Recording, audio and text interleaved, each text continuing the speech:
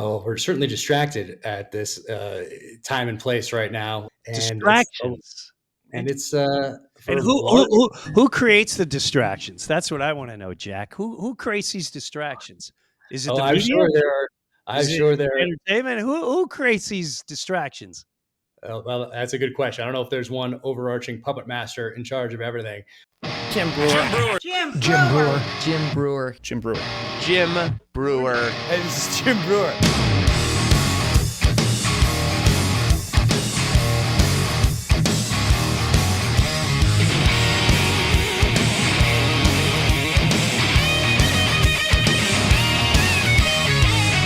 How you been, dude? I've been good. I'm tired I bet. of moving around. Like, I really can't wait till next week. I just leave the country for like 2 weeks and don't care, and I'm waiting for whatever's supposed to go down to go down. You come back, what, like mid-October, right? 10th. There you go. 10th. But I'm under the suspicion that something just there has to be something coming. There's no way there's going to be an election. There's no way.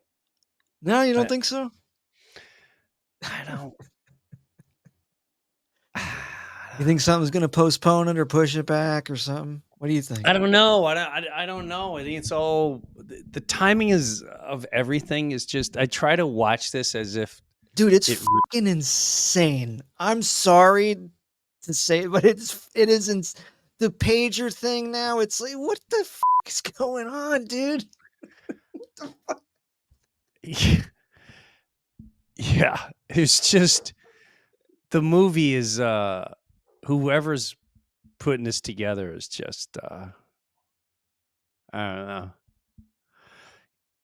I don't know what they're trying to push for the end game, but it's getting really interesting. My favorite thing was the 1 week where it was like, oh, listeria's everywhere. Then it was, don't eat this food because this is there. And it's like, all right, we just won't eat food, period. We just starve ourselves. You know what's interesting too is the whole P. Diddy thing, because that didn't just happen. I was told, you ready for this one? Now that it's out there, I feel so free. I was told in 1995, J-Lo, Puff Daddy, pretty much what Cat Williams said, like, and I saw it with my own two eyes, especially when I was on Sunday Night Live, how celebrities, quote, and all your idols that you look up to, even in on all arenas, including government, they make contracts to make you famous, to keep you in the public eye. And this is what people don't understand. And they think everything's a conspiracy and all this jazz. If it was 40 years ago and the headline said 20 children rescued in Ohio, it would be the news for a month straight. I think it was a week ago, they found 20 children in Ohio, and no one asked, where are they from? What do you mean they're rescued? What were we in the middle of? Like, what was going on? So it's like this whole I really hope this is all. I hope all my conspiracy theories all come through, because it just doesn't. None of it makes sense. I'm not going to waste any. It doesn't make sense. Yeah, it's all it's a goof, dude. My wife was an absolute lunatic with the series The Terminal. A lunatic. I mean, she was, Jim, oh my God, I'm exhausted. And like a lunatic. So that's how I found out about Jack Carr and the series and blah, blah, blah. And now he's got a new book, Beirut, bro. This is, all right, let's just get Jack Carr on. What's up, Jack? Hey, what's happening? How are you? How are you? Doing great. Thanks for having me on. This is awesome. That was quite the intro. I haven't had an intro like that before, but I love it. My wife is just, when I said, hey, I'm talking to Jack Carr, she went, wait a minute. Hold on a second. Wait a minute. I know that name. And she, oh my God, the Pratt series was from the book. Yeah. Oh my God, Jim. Yeah, like, and we were in the middle of moving and transit. I mean, it was. And when she dives in, she's in. So ex Navy SEAL. I guess so much I want to ask you now. What inspires you out of all the things in the world, Jack? Let's take Beirut. What out of all the things going on in the world, blah blah. Beirut, 1982. What inspires you to put that out there? Yeah, so it's an understanding of history. Those things you just talked about, those things that are happening today, they all have roots in the past. And in this country, we are not very good at learning from lessons in the past and applying that going forward as wisdom. We are inept when it comes to that. Inept in a few other things as well, which we can certainly get into. But when I thought I'd built up enough political capital with Simon and Schuster, I knew it was time to pitch them the idea of the nonfiction. I knew I'd move into the nonfiction space because I weave a lot of history into my thrillers as it is. I talk about history a lot on my social media. I'm a student of history, a student of warfare, a student of terrorism. I thought that would make me a better operator, a better leader downrange. And so when I thought I had that political capital, then I pitched them on this idea of doing a nonfiction series on different terrorist events that were really not just impactful, but were turning points. And in this case, turning points in our relationship with the Middle East and the region and Iran. And so a lot of people have also forgotten about this, unfortunately. It was a very dark day for the Marine Corps, so they wanted to move on from it as quickly as possible. And a lot of the people that I talked to and interviewed for this book really felt that as well in the aftermath of the event.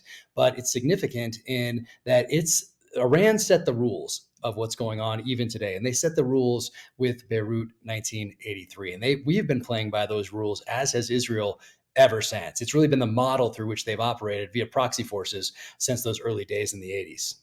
Now, when you say for us and Israel, you mean what do you mean by that? Elaborate on that.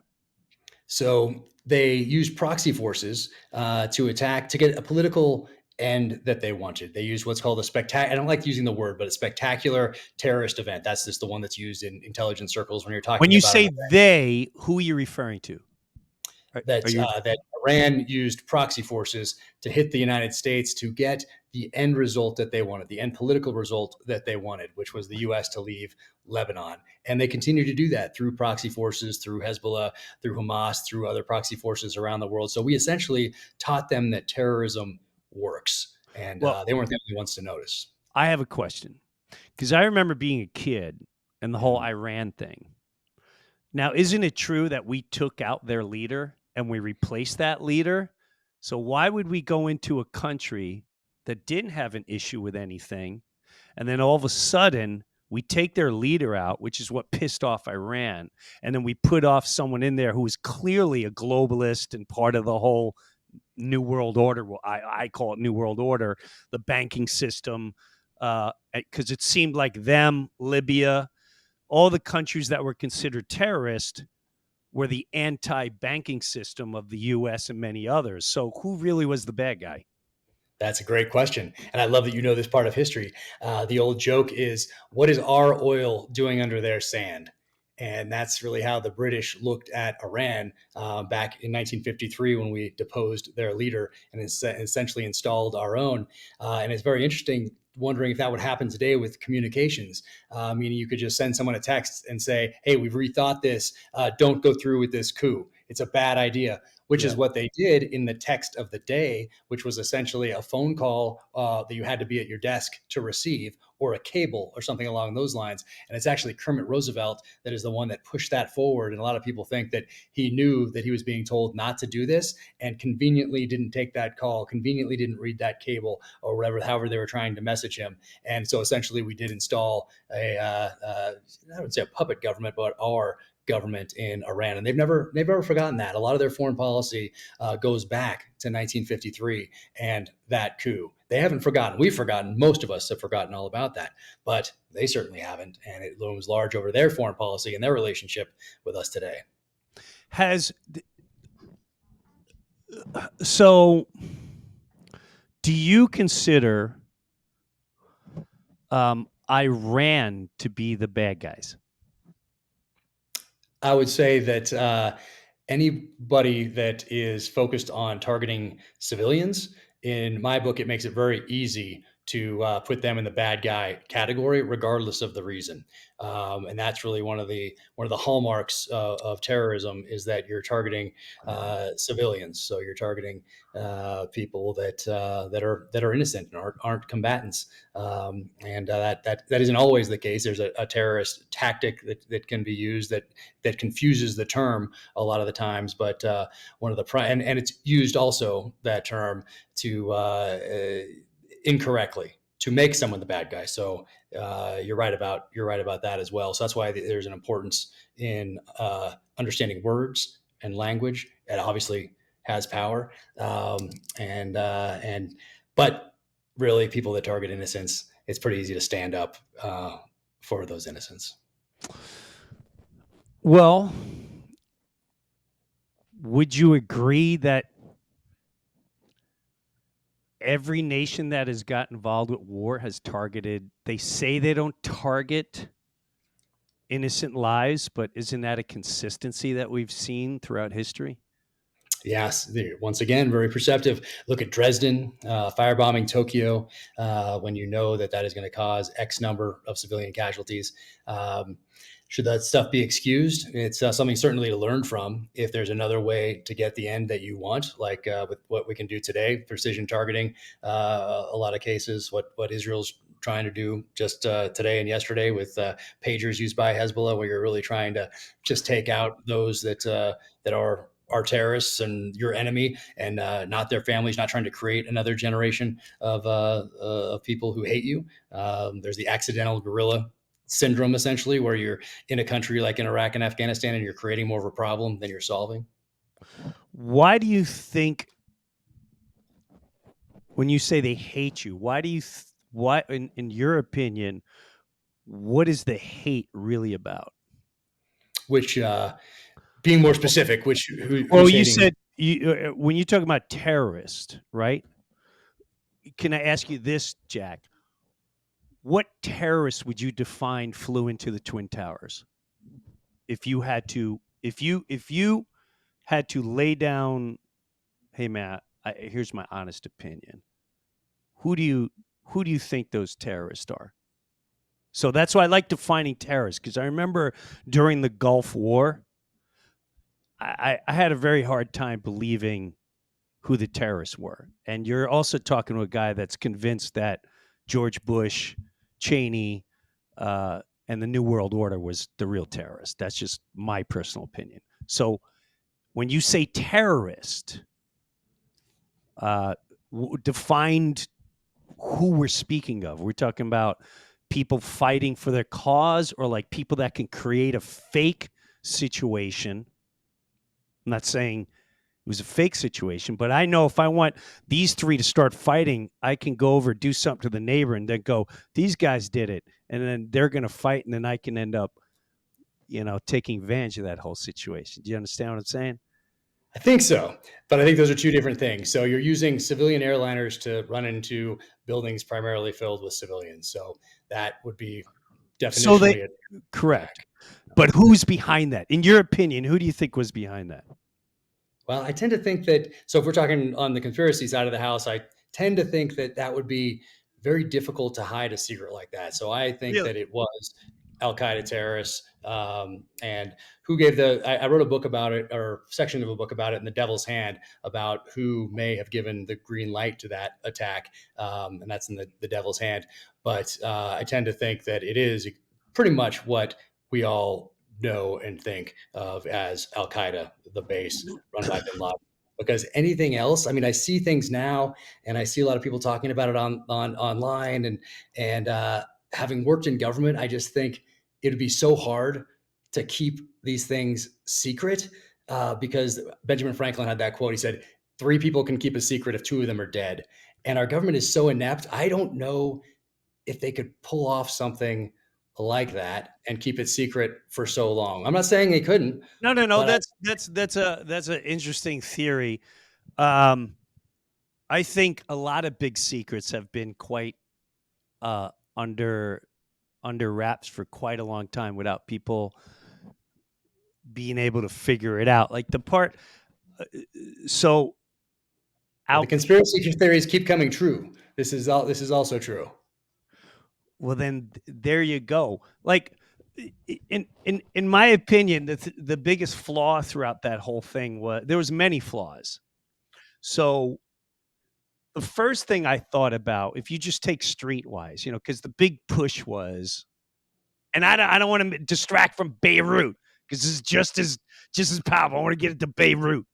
Um, the most interesting part, or so many interesting times during that, was a there's there's one or two lies here. The day before 9/11, I remember Rumsfeld saying we're missing trillions of dollars. Do you remember that? Yeah. In the Pentagon, and just by of all the crazy places for the quote Al Qaeda to fly into with the plane they never found, it went into the Pentagon. Incredible, insane coincidence. Would you agree? Yeah, it's very convenient for someone probably. Although not really, because the government loses money all at the time. But it is interesting. Back then, a trillion meant something. Today, a trillion, you're like a trillion there, a trillion here. Yeah. Maybe And pretty then soon you're talking about big money. But I don't know if it warrants that because people just don't care if you're missing $1 trillion these days. I think they're starting to care more than Like than how much have we sent to Ukraine? How many billions and people? It's or a billion, Israel and Ukraine. Like what, billion, billion, billion. Yeah, as I don't know. yeah. So Yeah. anyway, I was just curious Yeah, I of keep falling back on the part that I've witnessed too much government ineptitude, I think, and so I keep coming back to that, regardless of what other arguments I hear, or what things that are kind of mysterious or coincidental, like you just mentioned. I just keep coming back to the fact that I've seen so much ineptitude that I'm not quite there yet. Not saying that I won't get there, not saying that this won't all be proven true, like a lot of quote unquote conspiracy theories over time, but I'm just not there. I don't see these people being smart enough to pull something like that off. I don't know. you don't think our government is able to pull that off? I don't think so. I don't, but I may be proven wrong. I'm just saying these people, we're dealing with people that just that stuck around longer than others, is Mm, what you're dealing with really, when you mm. get up there to those senior Maybe, levels. maybe. People, they I didn't can test positive on too many drug tests. They didn't get too many DUIs, that sort of a thing. Then they yeah, just kept standing around. I That's can who you're dealing no, I can get that. I'm always very leery of who runs all the newspapers, who runs all most of Hollywood, who runs all the media outlets, and what how sometimes they're not even our country. They have dual citizenship, and then when you think of dual citizenship, you wonder what is what is it one-sided with information that's all that's I think a lot of people are catching on to that, and so they question things, especially when it comes to 9/11 and stuff like that. So Beirut, tell me about Beirut. Yep, it was the biggest loss of life single day for the Marine Corps since the Battle of Iwo Jima in World War II. The largest non-nuclear explosion on record, Yeah. and it worked. It got the United States to leave Lebanon. Probably should not have been there in the first place. That's one of the lessons of this book, is that those in senior level leadership positions, whether they're military or they're at the executive level in the government, need to think long and hard before they commit U.S. forces overseas. They need to understand the nature of the conflict in which we're engaged or about to commit U.S. forces. And what I wanted to do was capture those lessons at the strategic, operational, and tactical levels, and also humanize this event, because you hear 241 people killed, and that sounds like a big number, but there's not. It doesn't humanize it, because each one of those people had families, people who loved them, and I really got to know these people during this process, reading over 1,000 pages of letters that people sent home, audio tapes people sent home.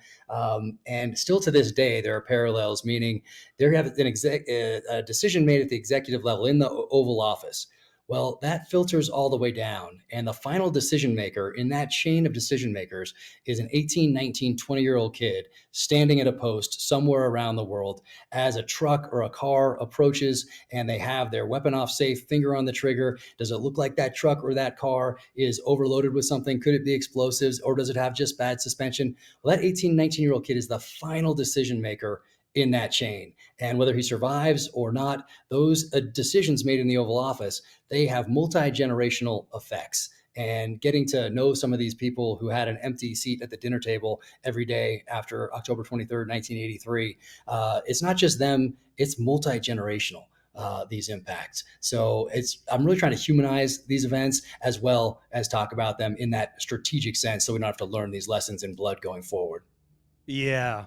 So, okay. I mean, it sounds super juicy, and I know it's going to be so intense from beginning to end. So, with that, Beirut, how old are you, Jack? I'm 50. Oh, shoot. So you were too young to even, well, Well, I no, remember it. Oh, no, you I were probably remember like it. 12 years old, right? Maybe a little younger.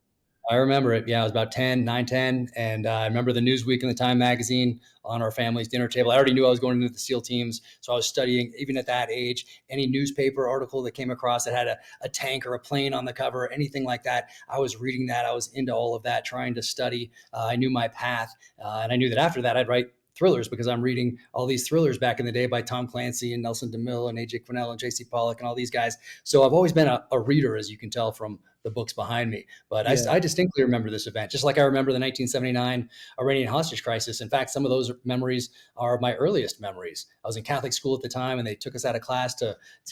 to say some prayers. I Right. remember Walter Cronkite. I remember all the newspapers. I remember counting down the days. I remember Desert One. I remember wondering as a kid, like, why? How did this happen? Right. And that's probably part of what set me on the path to what I'm doing today and to writing this book, although this is a few years later. But I wanted to concentrate on this event because in 1979, things were a little bit murky still. Yeah. And really, that model that I talked about and those rules we've been operating under since really happened in Beirut 1983. The seeds are planted beforehand, but Beirut 1983 is such a pivotal time that I wanted to explore it. And there's not the seminal work on it. There wasn't the seminal work on it yet where you could point to if you asked me, what should I read about the Marine barracks and headquarters bombing in 83? There wasn't the book or the documentary or the movie that you could point to.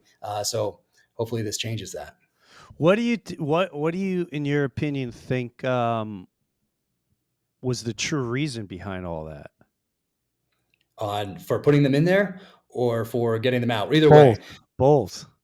yeah, putting them in there. It's I mean, it's that same thing. It's that Lebanon being a vital building block to a stable Middle East. That same thing that gets repeated over and over again, which isn't a great reason. As I think, if we look back in history, doesn't seem like a great reason, especially when you see what happens right after the country descends into chaos, which it was around these Marines who are trained to go in, crush an enemy, and come home. And what they're sent in to do is be peacekeepers. So you have a Lebanese government that's falling. You have militias. You have Sunni Shia. You have Israel that comes in every now and again. You have Druze. You have Mennonite. You have all these different factions that are essentially devolving into war. And you have the Marines in the middle of it with rules of engagement that keep them from really doing what they're trained to do, which is crush an enemy. So we put them in an untenable position and a tactically disadvantageous position, and they get hit and they get hit hard, and then we leave, which taught Iran that terrorism works. But the parallel to today is that we still don't learn our lesson. We still put service members in tactically disadvantageous positions, like in Kabul at the airport in August of 2021. We put them there. They don't have to be there. There's Bagram, that is essentially a much more tactically advantageous position. Bomb goes off, kills 13 Americans, to say nothing of those that are still dealing with the emotional and physical trauma of that day. And similar thing happened in Beirut. These guys are put into these positions by people in air-conditioned offices, thousands of miles from the battlefield. They're hit hard. But what gives me hope is that person, that same U.S. service member who's blown off their feet or hears that explosion on the other side of the base. They get up and they run to the sound of that explosion. They did it in Beirut 83, and they did it at Abbey Gate, and they're there to try to save as many of their brothers in arms as they possibly can in Beirut, and brothers and sisters in arms in Abbey Gate in Afghanistan. And they're there, they're holding security because you don't know if there's another attack coming right on the heels of this first one. And at Abbey Gate, they're trying to save they're servicemen, fellow service members, and innocent civilians that have been blown up at the same time. But it's that same service member put in this tactically disadvantageous position, but they step up and they're doing what they need to do, especially in the aftermath of a horrific event. So difference being between these two is that in the aftermath of Beirut, someone's held accountable, and that's Colonel Garrity, who is in charge, who is the commander on the ground.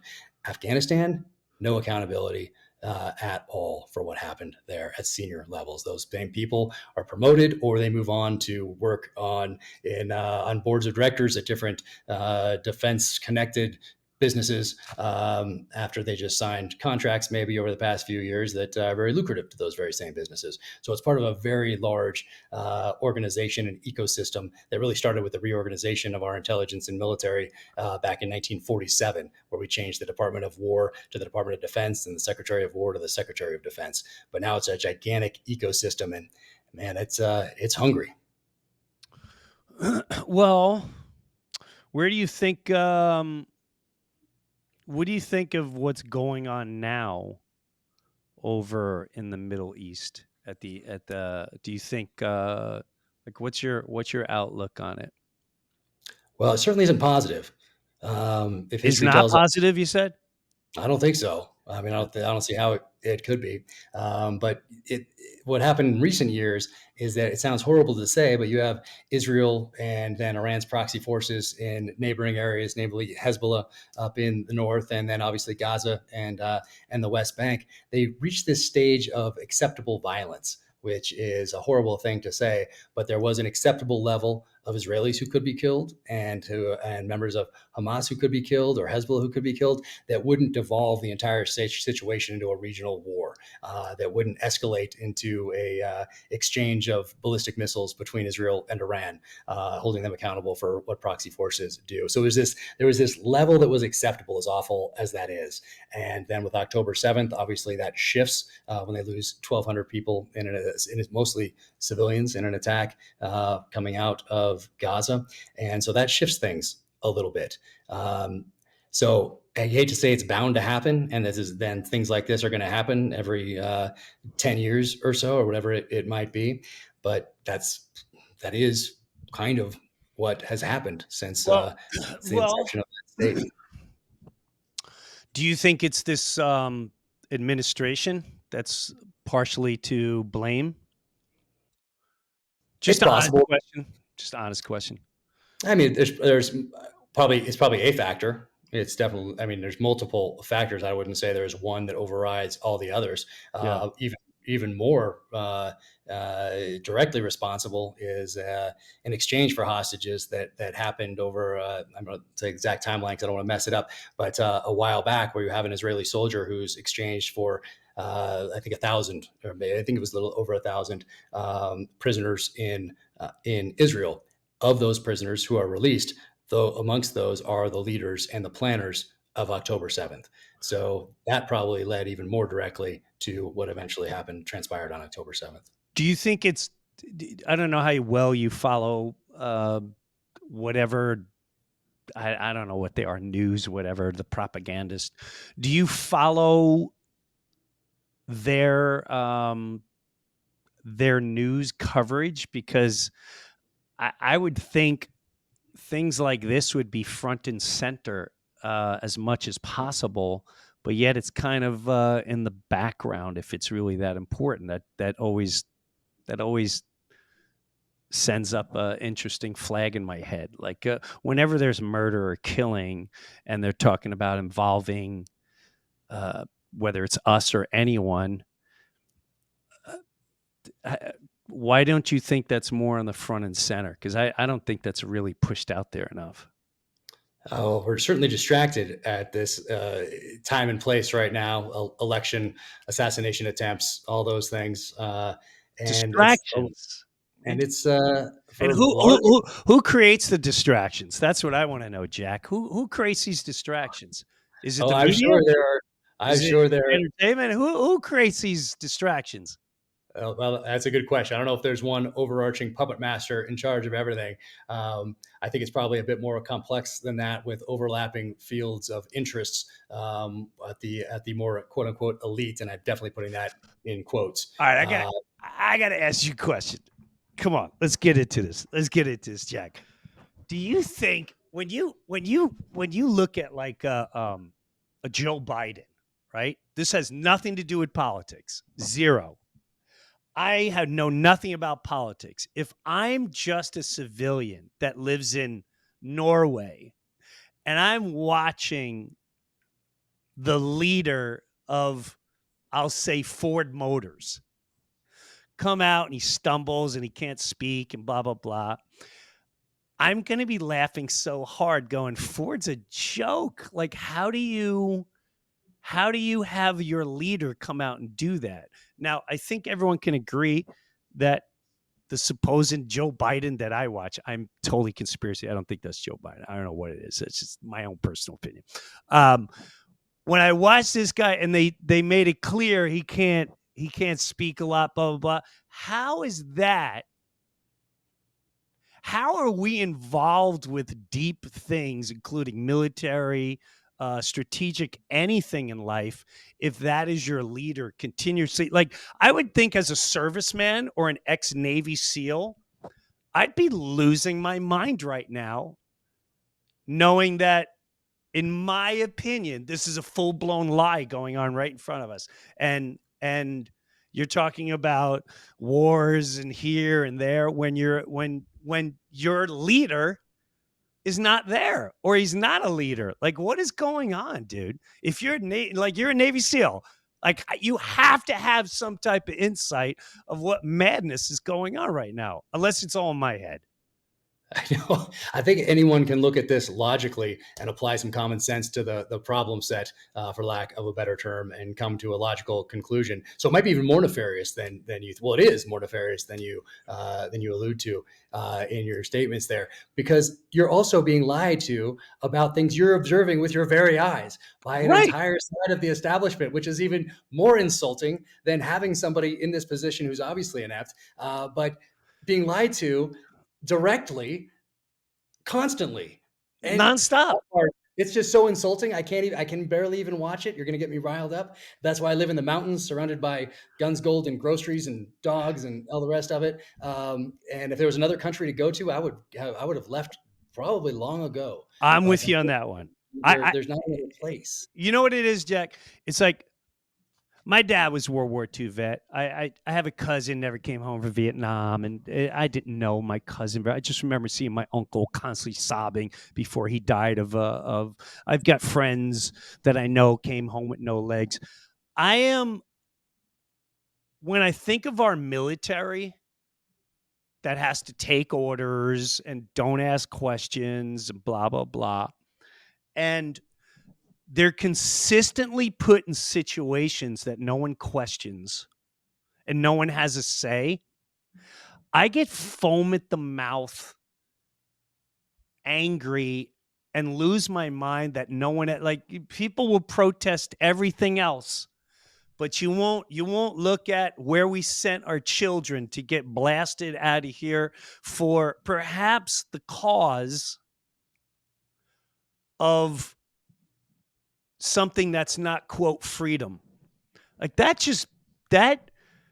it enrages me, like, we even like where we're at now. I don't know where we're at, but like, when the other day I'm watching, and I don't know if it's true, but I see Kamala Harris say, and again, I can care less about her. Anyway, to me, it's professional wrestling. Here, go speak for our cause, and then they send out the puppet, and I go, oh, yeah, this is what, stick to the program. Okay, this is what we got to do. And she says we don't have any U.S.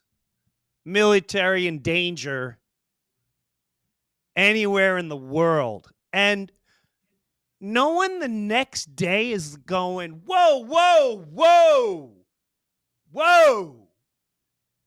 Where's my What kid about right those? now?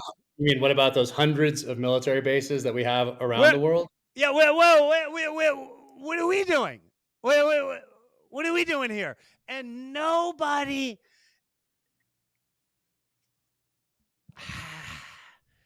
Those things really make me nuts. So I hope you write a movie about that one day, Jack. I really Oh, do. they give me a lot to work with. In the thrillers, there are people that get senior level leaders and representatives that are taken off the board in every book, and it's very therapeutic to write these things because Yeah. you Yeah. can't do that stuff in real life because you go Yeah. to prison forever. But you can do it in the pages of a thriller. Very therapeutic to write these things. Yes, it must be. And how long does it take you to write something like this? Like the Well, it new has to be book a of year now. Beirut. What's Beirut was that? 2 years. Beirut was 2 years because it's my first nonfiction. When Yeah. I pitched it to Simon and Schuster, I said I want one nonfiction a year now, one in the fall, and then my thrillers come out in the spring. And about 2 weeks into the research, I called them back and I said, hey, I know what I said and I know what the contract says, but it's going to be at least every 2 years to do these stories justice because you have to get it right. The research is so intensive, and you have people that are still alive that are dealing with this event, and you want to honor them by being as thoughtful as you possibly can Right. as you do this research and then write this book. So, but the thrillers, where if I make a mistake, I can just say, "Oh, it's fiction," and that's fine. You can't say that in the pages of nonfiction. So the thrillers are one a year, so it takes a year and the whole process. And then my idea is anyway that the nonfiction will be every 2 years. But if it takes longer than that, that's just how it goes. So, and one last thing. I don't want to keep you too. So, Jack, if you as a Navy SEAL, you go on a mission, right? And then the mission goes awry, and then you find out at the end of the day, um, it was all based on not even what you were told it was based on. How would a military serviceman deal with that? Because what I notice just in society sometimes, listen, I for the first time in my life, a lot of people, it ain't just me, a lot of people question our entire government now, whether you believe that or not. A lot of people do. And again, I go into like the weapons of mass destruction. How many people came home? How many lives were destroyed? And it's proven it's a lie, 100% lie. And as a serviceman, how does that not drive service people and their families? Is it the pain of we trusted is it the pain of deny that those things really, they keep me up at night sometimes, even though I'm not a service member. It makes me my brothers are cops, and I just could not imagine if they were sent somewhere and they said they were supposed to go on this call, and then they came back and they were shot and blown to pieces, and it turned out down the road like, yeah, whoops, sorry about that. Like, Yeah. Oh yeah, no. There's a Lieutenant Colonel Paul Yingling said something I think in 2006, 2007, and he wrote that a private who loses a rifle gets in more trouble than a general who loses a war.